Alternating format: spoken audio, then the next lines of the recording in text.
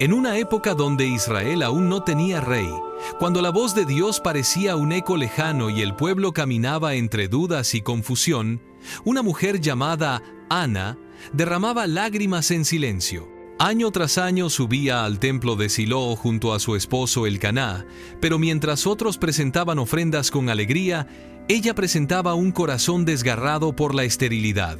Una tarde, entre el incienso y el murmullo de las oraciones, Ana se postró de rodillas. Sus labios se movían, pero no se escuchaba sonido alguno. El sacerdote Elí, al verla, pensó que estaba ebria, pero no.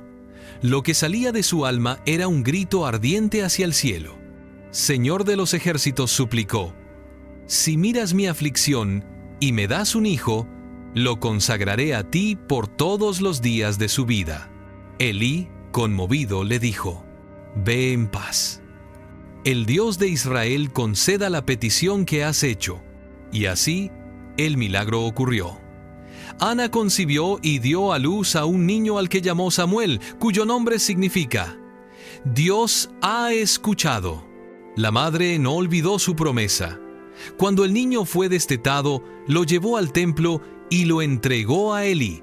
Samuel, apenas un niño, quedó allí, en medio de lámparas que nunca se apagaban, rodeado por cantos sagrados, incienso y sacrificios.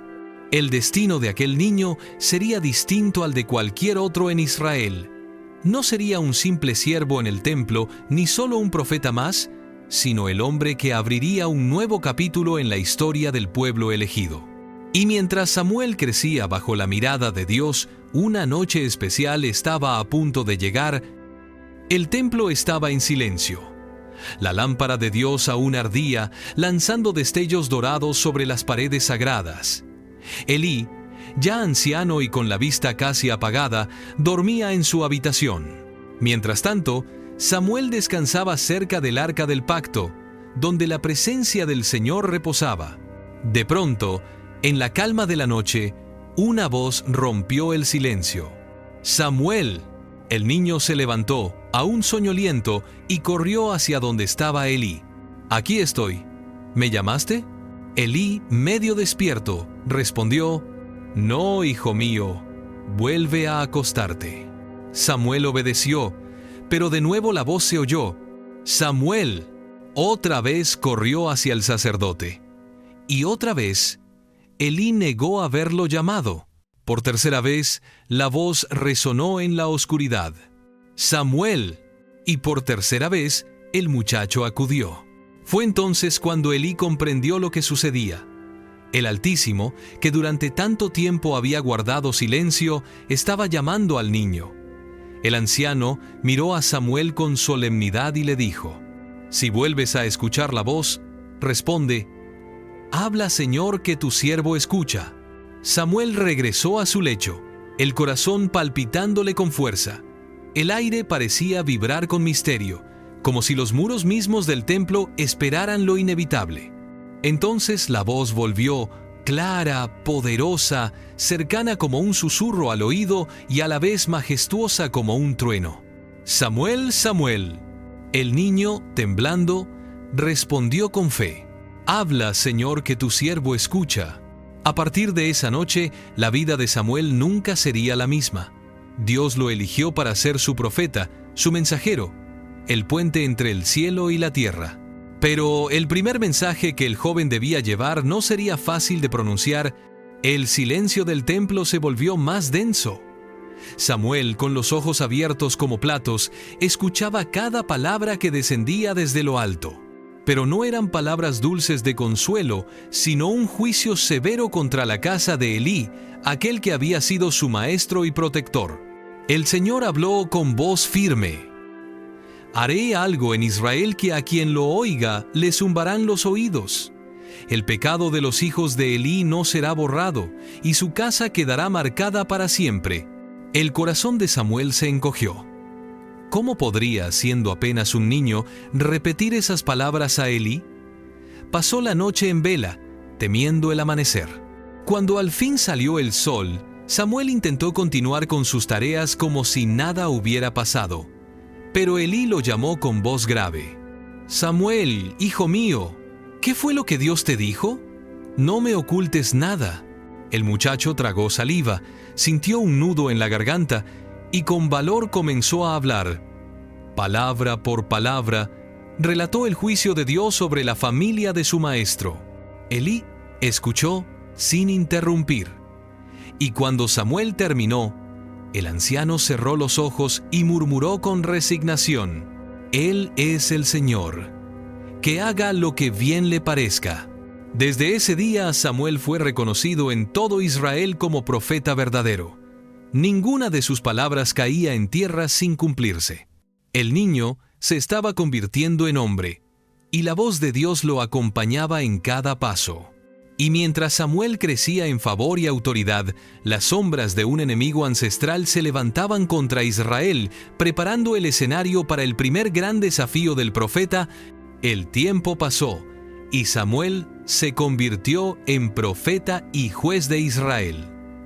Pero mientras él guiaba al pueblo hacia Dios, los filisteos, enemigos implacables, se levantaron con furia. El ejército de Israel marchó al combate confiado en su fuerza, pero la batalla fue un desastre. Miles cayeron bajo la espada filistea. Desesperados, los ancianos del pueblo dijeron: «Traigamos el arca del pacto al campo de batalla. Así Dios estará con nosotros y nos dará la victoria». El arca, símbolo de la presencia divina, fue llevada desde el templo con gran júbilo. Los hijos de Elí, Ofni y Finés la acompañaban como guardianes. Cuando el arca entró al campamento, los israelitas gritaron con tal fuerza que la tierra tembló. Los filisteos, al escuchar el estruendo, sintieron miedo. «¡Un Dios ha venido al campamento de Israel!», murmuraban, pero en lugar de huir, se armaron de valor. La batalla comenzó y el desastre fue aún mayor. Israel fue derrotado, miles más murieron, los hijos de Elí cayeron en combate y lo impensable sucedió. El arca de Dios fue capturada. Un mensajero corrió hasta Silo con la noticia. Elí, ya anciano y ciego, escuchó el relato con el alma en un hilo. Cuando supo que sus hijos habían muerto y que el arca había sido arrebatada, cayó hacia atrás de su asiento, se quebró el cuello y murió. Israel quedó en luto. El símbolo más sagrado había sido llevado a tierra enemiga y el pueblo sintió que la gloria de Dios se había apartado de ellos. Pero lo que los filisteos no sabían era que, al llevarse el arca, no habían ganado un trofeo, habían desatado una fuerza que sus dioses no podrían contener. Los filisteos llevaron el arca del pacto hasta Asdod y la colocaron dentro del templo de su dios Dagón, como si el Señor de Israel fuera un simple trofeo de guerra. Pero en la madrugada los sacerdotes encontraron a Dagón postrado en el suelo, caído rostro en tierra ante el arca. Lo levantaron y lo colocaron en su sitio, pero al día siguiente la escena fue aún más aterradora.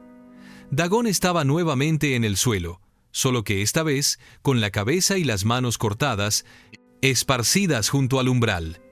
Solo el tronco quedó en pie. El terror recorrió las ciudades filisteas. No pasó mucho antes de que la mano del Señor se hiciera sentir con fuerza.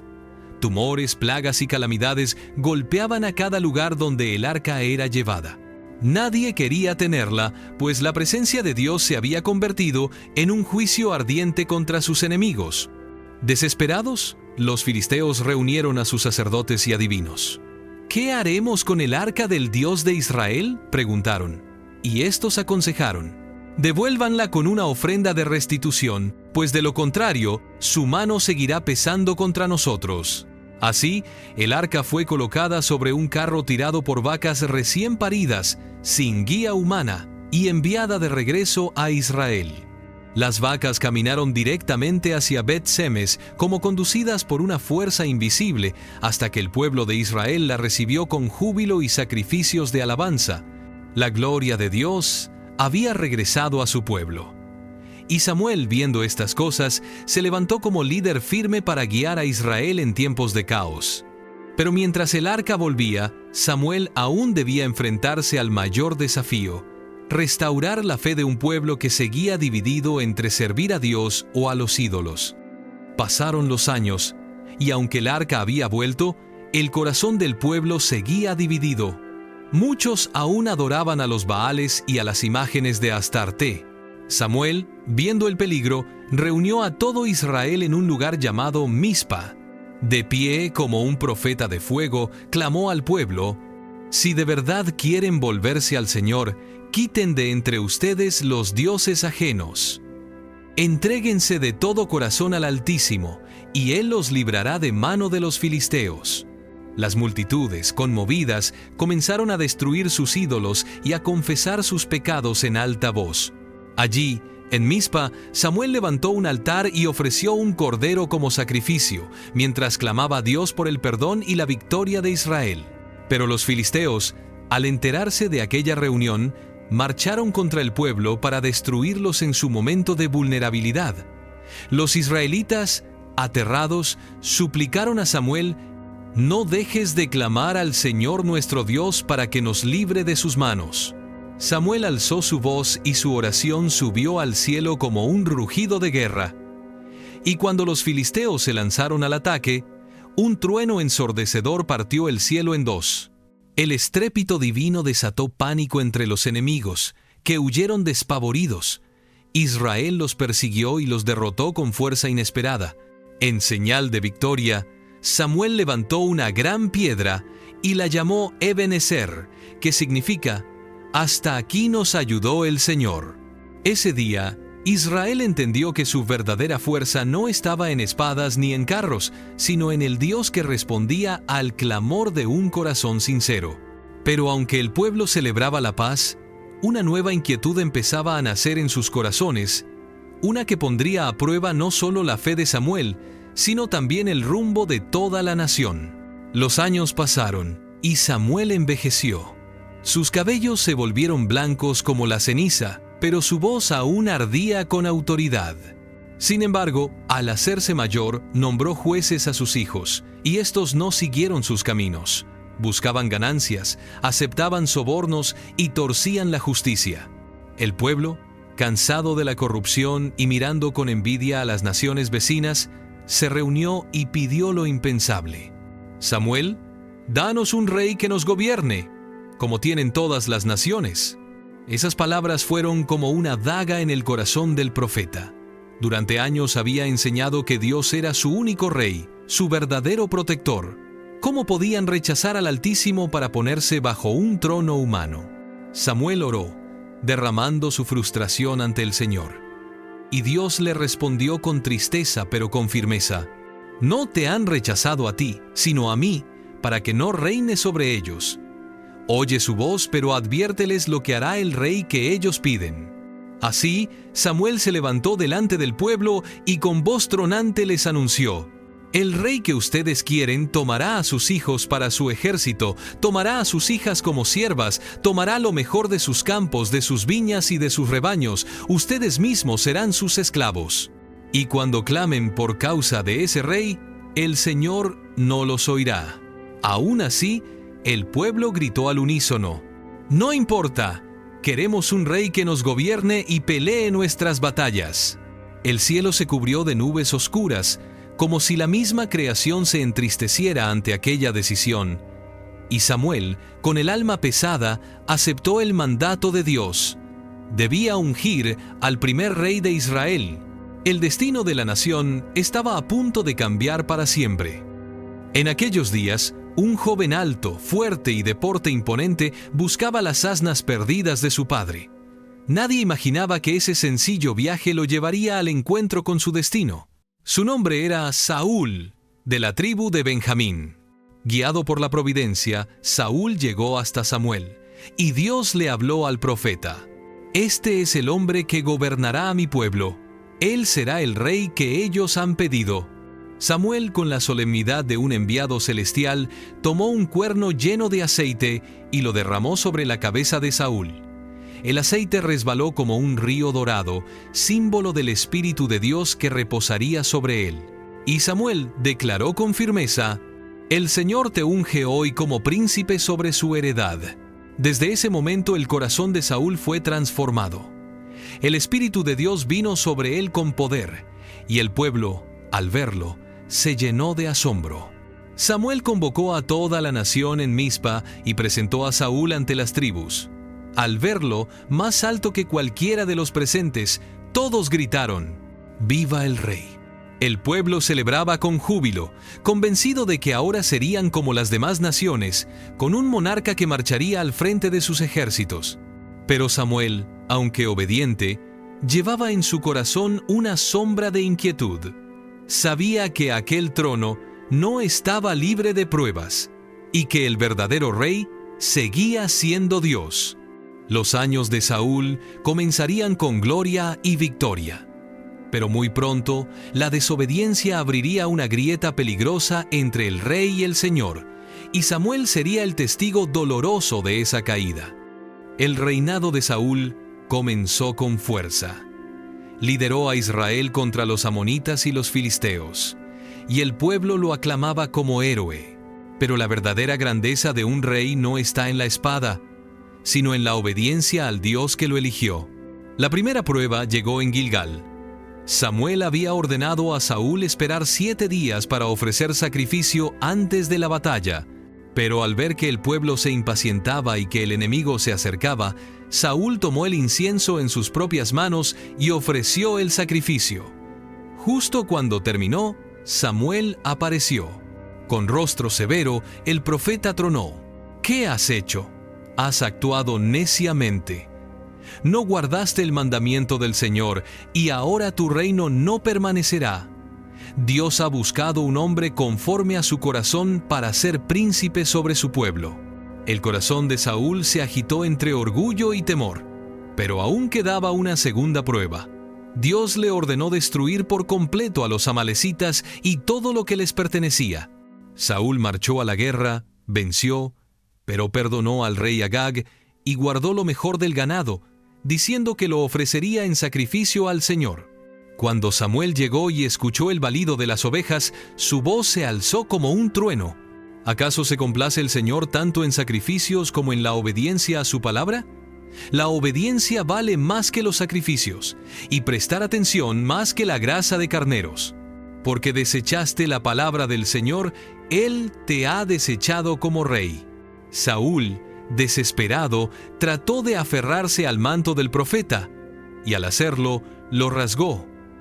Samuel lo miró y declaró con solemnidad: Hoy el Señor ha rasgado de ti el reino de Israel, y lo ha dado a otro mejor que tú. La relación entre el profeta y el rey nunca volvió a ser la misma, y aunque Samuel lloró profundamente por Saúl, Dios ya había escogido a un nuevo ungido, un joven pastor que aún cuidaba ovejas en los campos de Belén.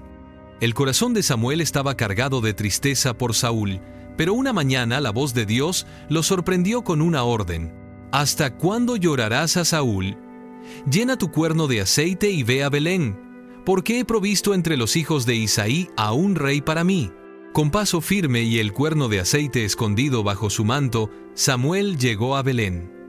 Isaí presentó a sus hijos uno por uno, hombres fuertes, altos, con aspecto de guerreros. Al ver al primogénito, Samuel pensó: de seguro este es el escogido del Señor. Pero la voz de Dios le habló al corazón: no mire su apariencia ni lo alto de su estatura. El hombre mira lo que está delante de sus ojos, pero el Señor mira el corazón. Uno a uno pasaron los hijos de Isaí, pero ninguno fue escogido. Entonces Samuel preguntó: ¿son estos todos tus hijos? Isaí respondió: falta el menor, que está apacentando las ovejas. Mandaron a llamarlo. El muchacho entró, de rostro fresco, ojos brillantes y corazón humilde. Al verlo, el Señor dijo a Samuel: levántate, úngelo, porque este es. Samuel tomó el cuerno y derramó aceite sobre la cabeza del joven, y desde aquel día el Espíritu del Señor vino con poder sobre él. Su nombre era David. Samuel, el profeta que había nacido de la oración de una mujer estéril, había guiado a Israel en tiempos de oscuridad, había ungido al primer rey y ahora, antes de despedirse del mundo, había señalado al hombre que sería conforme al corazón de Dios. La historia de Samuel se cerraba, pero la historia de Israel apenas comenzaba un nuevo capítulo, el surgimiento de un rey pastor que transformaría al pueblo y marcaría para siempre la línea de donde vendría el Mesías.